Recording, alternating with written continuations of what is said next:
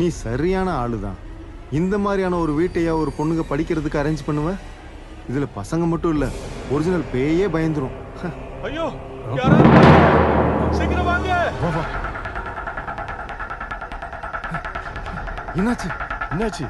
சத்தம் கேட்டு நான் ஓடி வந்து பார்த்தப்போ இவன் அடிபட்டு கிடந்தான். ஏதோ ஒரு உருவம் ஓடி போறத நான் பார்த்தேன்.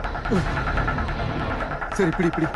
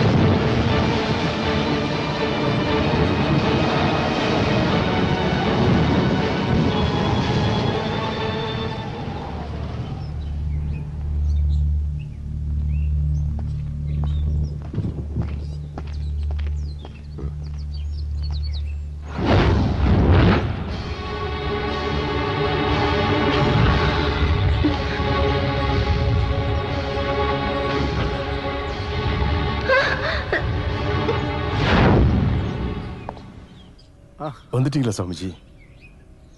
சாமிஜி இல்ல, விஷ்ணு. நீங்க மரியாதை கொடுக்கணும்னு நினைச்சா விஷ்ணு நாராயணன்னு கூப்பிடலாம். Can I come in? வாங்க. ஓகே. Hi sir. ஹாய். பயணம் எப்படி இருந்தது? ஃபைன். வாங்க. பூஜா, நான் யாருன்னு தெரியுமா? இதுதான் பூஜா. நான் கேட்கிற கேள்விக்கெல்லாம் பதில் சொன்னாதான் பழைய பூஜாவா பார்ப்பேன். இவங்க கிட்ட எதுவும் கேட்காம பதில் சொல்லணும். அதுக்கு அவங்களுக்கும் பதில் தெரியாது நான் யாருன்னு.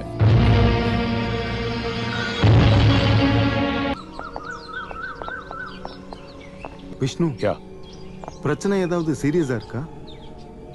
ப்ராப்ளம் இல்லைன்னு சொன்னா உங்களுக்கு கொஞ்சம் ஆறுதலா இருக்கும். ஆனா இருக்கு. ஆனா இங்க இருக்கிறவங்களுக்கு இல்ல, வேற யாருக்கோ தான். அது யாருக்கு, அவங்க பிரச்சனை என்ன? Let's wait and see. ஏய், நீ தைரியமா போயிட்டு வா.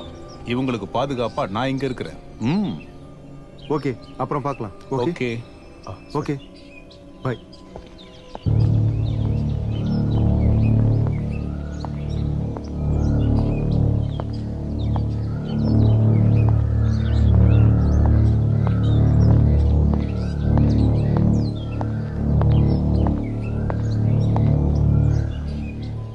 இந்த இடம் இப்போ பப்ளிக் ப்ராசிக்யூட்டர் பிரபாகர் சார் கையில தான் இருக்கு. முன்னாடி இங்க ஏதோ ஒரு பெரிய ஜமீன்தார் தங்கியிருந்தார் போல இருக்கு. 4-5 வருஷத்துக்கு முன்னாடி இங்க ஏதோ ஒரு அசம்பாவிதம் நடந்திருக்கு. அதுக்கப்புறம் இந்த இடத்த பூட்டியே வச்சிருக்காங்க. சமீபத்துல தான் அந்த பொண்ணுங்க இங்க வந்திருக்காங்க. நான் இங்க வந்து ஒரு சில மாசம் தான் ஆயிருக்கு. விவசாய வேலைக்கு பார்த்து ஏதோ 4 காசு சம்பாதிச்சுக்கிட்டு இருந்த என்ன இங்க கொண்டு வந்து சேர்த்தது பிரபாகர் சார் தான். இந்த இடத்த பத்தின இன்னும் நிறைய விஷயங்களை தெரிஞ்சுக்கணும்னா இதுக்கு கிழக்கு பக்கம் ஒரு கோயில் குளம் இருக்கு. அதோட தெற்கு பக்கத்துல ஒரு ஓட்டு வீடு ஒண்ணு இருக்கு. அங்க தங்கி இருக்கிற ஜானுமாங்கிற பொம்பளை இந்த வீட்டுல வேலை பார்த்திருக்காங்க.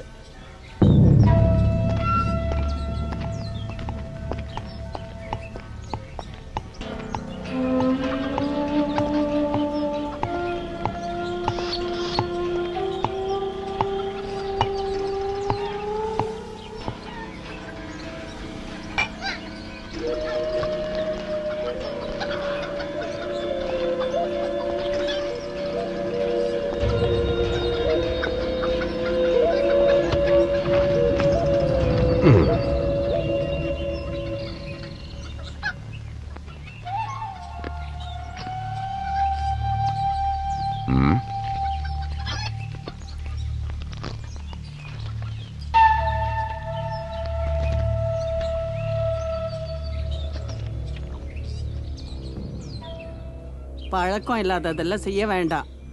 தலை சுத்திடும். நல்ல காரமான புகையல. கவனமா தானே இல்லைன்னா திரும்பி போயிடலாம்னு நினைச்சேன். அது சரி. ஆனா கொஞ்ச நேரம் பேசிட்டு போலான்னு பாக்குறேன். ஆ? ம். ம்.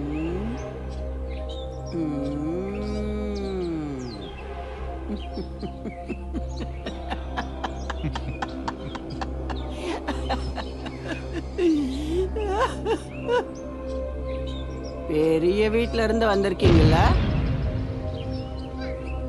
நான் கும்பிடுற கடவுள் எல்லாம் எனக்கு காட்டி கொடுத்துரும். கருப்பசாமி இருக்கா? சாராய பூஜை இருக்கு. ம். ம்.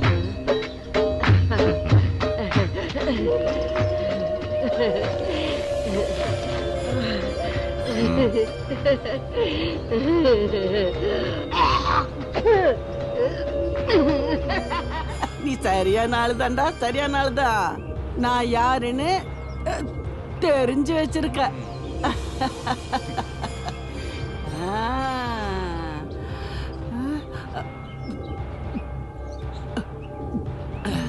இந்த சிவராம் சொல்றேன்.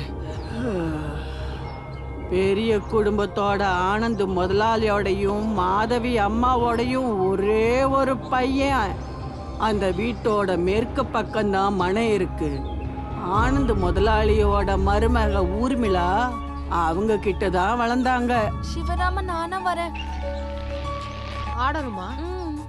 வா வா வா பார்த்து உட்காரு. உட்காரு. நல்லா பிடிச்சுக்க.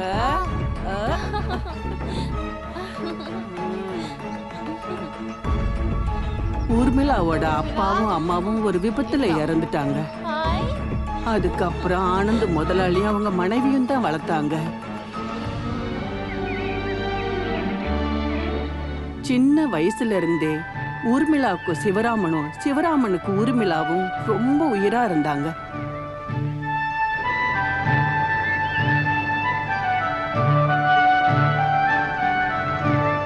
பெருசானதுக்கு அப்புறமா சிவராமன் இல்லாத நேரத்துல அவளோட கல்யாணத்தை வலுக்கட்டாயமா வேற யார் கூடயோ பண்ணி வச்சுட்டாங்க. அந்த பாவி ஆனந்த அன்னைக்கு ராத்திரி ஊர்மிளா அந்த வீட்டு மாடியில இருந்து கீழே விழுந்து இறந்து போயிட்டா.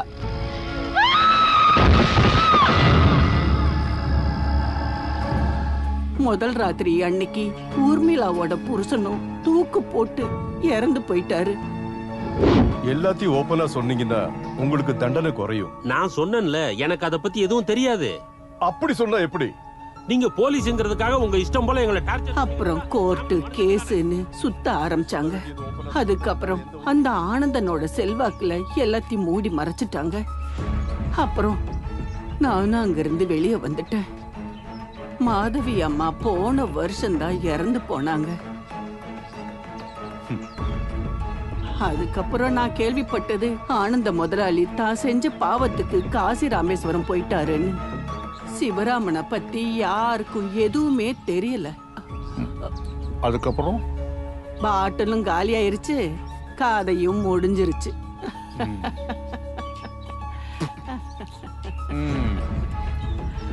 நாளைக்கும் வருவீங்களா சார்?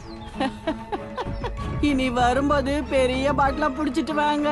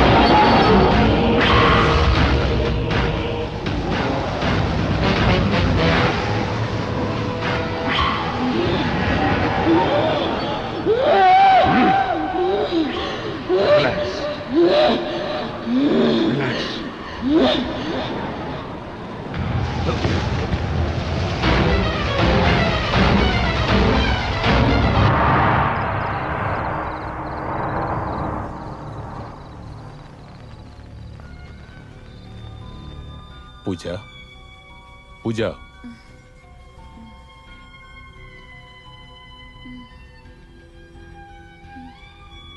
இப்ப எப்படி இருக்கு? எப்படி ஃபீல் பண்ற? முடியல, என்னால முடியல. நான் ஹெல்ப் பண்றேன். ஓகே?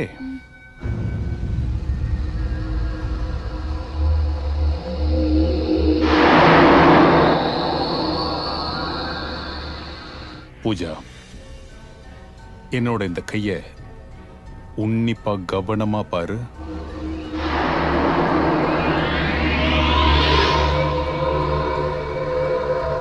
நான் கேட்கறதுக்கு கரெக்டா பதில் சொல்லணும். என் கைய மட்டும் உன்னிப்பா பாரு. Come on, come on.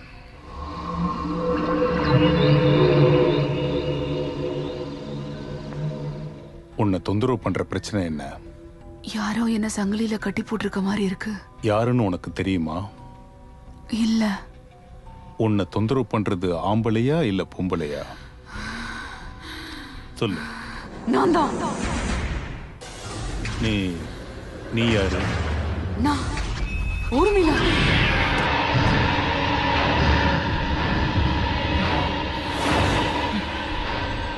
உனக்கு நான் உதவி பண்ணட்டுமா? எனக்கு யாரோட உதவி தேவையில்லை.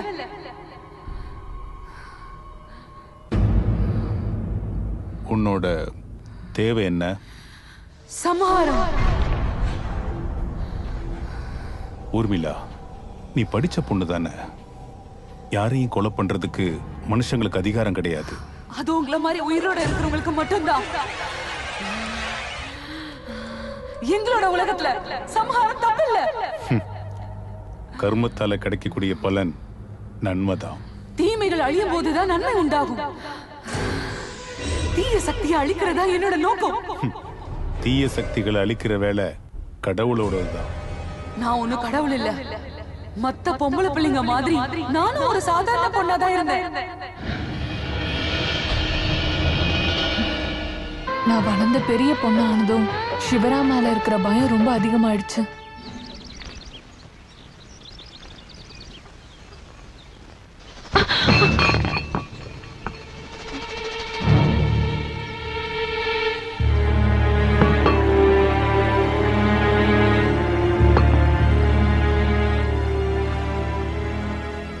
ஒளி பரப்புற எதுவுமே கீழே விழுந்து உடையக்கூடாது. அது சாதாரண விளக்கா இருந்தாலும் சாமி விளக்கா இருந்தாலும் மனுஷனா இருந்தாலும். உனக்கு என்ன பயமா? பாசமா? சொல்லு. சிவராம், நீங்க என்ன நினைக்கிறீங்களோ அதுதான். எந்த அர்த்தமா இருந்தாலும் பாசத்துக்கு ஒரே ஒரு அர்த்தம் தான். அது சுயநலம் தான். எதிர்பார்ப்பு இல்லாத அன்பு அது சுத்த போய். அதனால ஊர்மிளா, நீ என்னுடைய சுயநலம் தான். சுயநலம் மனுஷனு குடும்பக்காரன் ஆக்கலாம். ஆனா நீ என்ன அப்படி மாத்த மாட்டேன்னு தெரியும். நம்ம குழந்தை பருவம் உனக்கு ஞாபகம் இருக்குல்ல? என்னுடைய விளையாட்டு பொருட்களை எடுக்கிற பசங்களை நான் சும்மா விட்டதில்லை. வேற எதுவுமே வழி இல்லைனா அந்த விளையாட்டு பொருட்களை எப்படியாவது அழிச்சிடுவேன்.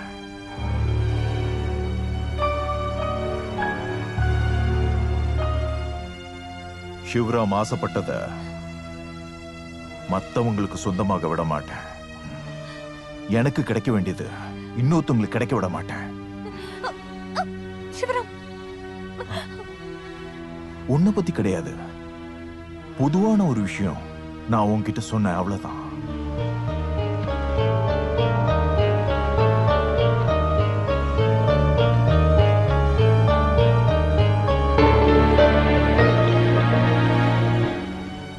அத்தைக்கும் மாமாக்கும் சொந்த பையனை பத்தி பயமா இருந்துச்சு.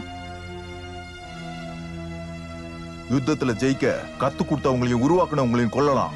இது என்னுடைய கொள்கை. தயவு செய்து அதை என்ன செய்ய வச்சிடாதீங்க.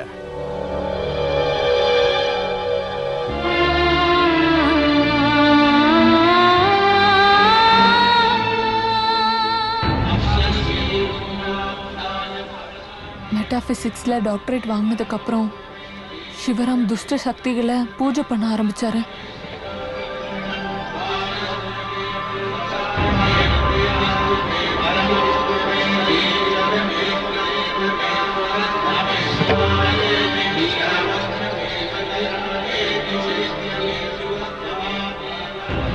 வடநாட்டுல இருக்கிற உஜ்ஜயினியில யார்கிட்டயும் சிஷியனா சேர்ந்து மந்திரத்தையும் தந்திரத்தையும் தப்பான முறையில பயன்படுத்த ஆரம்பிச்சாரு.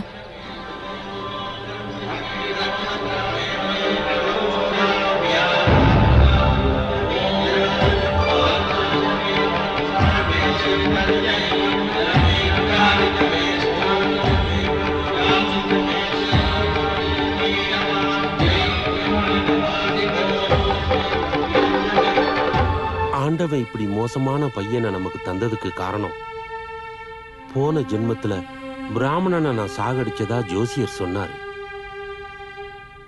அந்த பொண்ணு அந்த பிசாசு கையில நான் ஒரு நாளும் கொடுக்க மாட்டேன். வசந்தி பையன் ஜெயகிருஷ்ணன் இருக்கான்ல, ஊர்மிளாவை அவனுக்கு ரொம்ப பிடிக்கும். அவளுக்கும் அப்படிதான். லண்டன்ல துபாயில எல்லாம் பிசினஸ் பண்றான். சிவராம உஜ்ஜயினில இருந்து வர்றதுக்குள்ள அவங்க கல்யாணத்தை முடிச்சிடலாம்.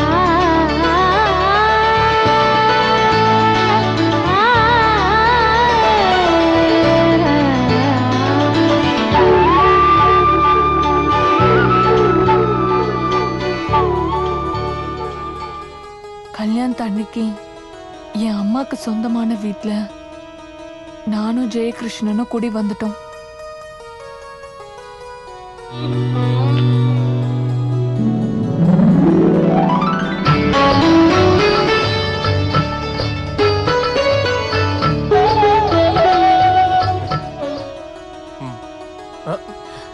ஏன் இவ்வளவு அவசரப்படுறீங்க? எனக்கு சமையல் கட்டுல கொஞ்சம் வேலை இருக்கு. அதெல்லாம் முடிச்சுட்டு குளிச்சதுக்கு அப்புறம் ஒரு கிளாஸ் பால் எடுத்துக்கிட்டு வெக்கப்பட்டுக்கிட்டு கல்யாண பொண்ணா நான் வருவேன். அது வரைக்கும் நீங்க இங்க கொஞ்சம் அமைதியா இருங்க.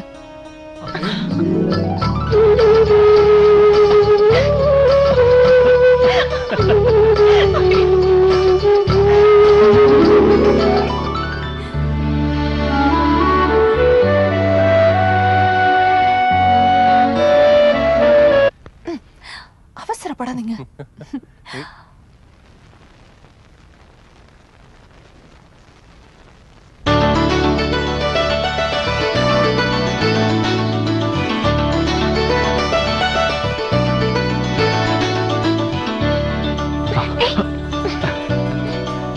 அது எல்லாமே கொஞ்ச நேரத்துக்கான சந்தோஷம் மட்டும்தான்.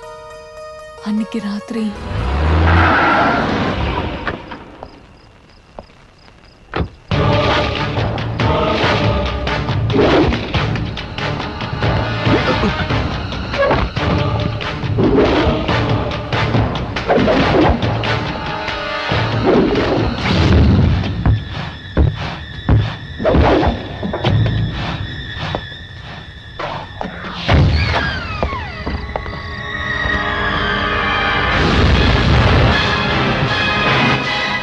நீ வெறும் பலியாடுதான். என்னை உருவாக்குனவங்க ஆசையை நிறைவேற்ற நெருப்புக்கு நடுவுல குதிச்ச சிறகு கருகி சாக போற ஈசல் தான் நீ. பூஜை செய்யும் போது ஓமகுண்டத்துல நெருப்புல வந்த மாற்றம், என் மனசுல அப்ப வந்த சந்தேகம், அதுதான் என்ன இப்ப இங்க வர வச்சது. கர்மயோகியான என்னுடைய கர்மத்திலிருந்து போக முடியாது சண்டாளா.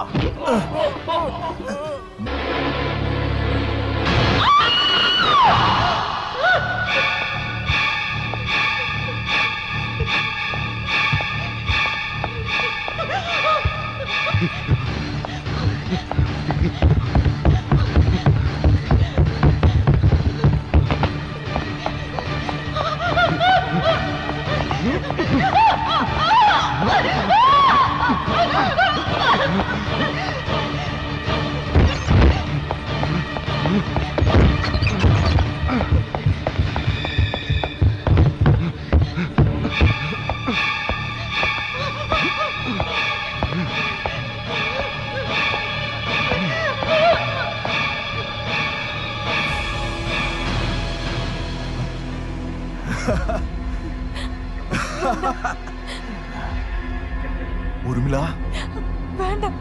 சின்ன வயசுல நீ சொல்லுவியே நான் உனக்கு தான். கிட்ட வராத. அப்புறம் எதுக்கு நமக்கு நடுவுல அவன்? என்ன ஒண்ணு பண்ணிடாத.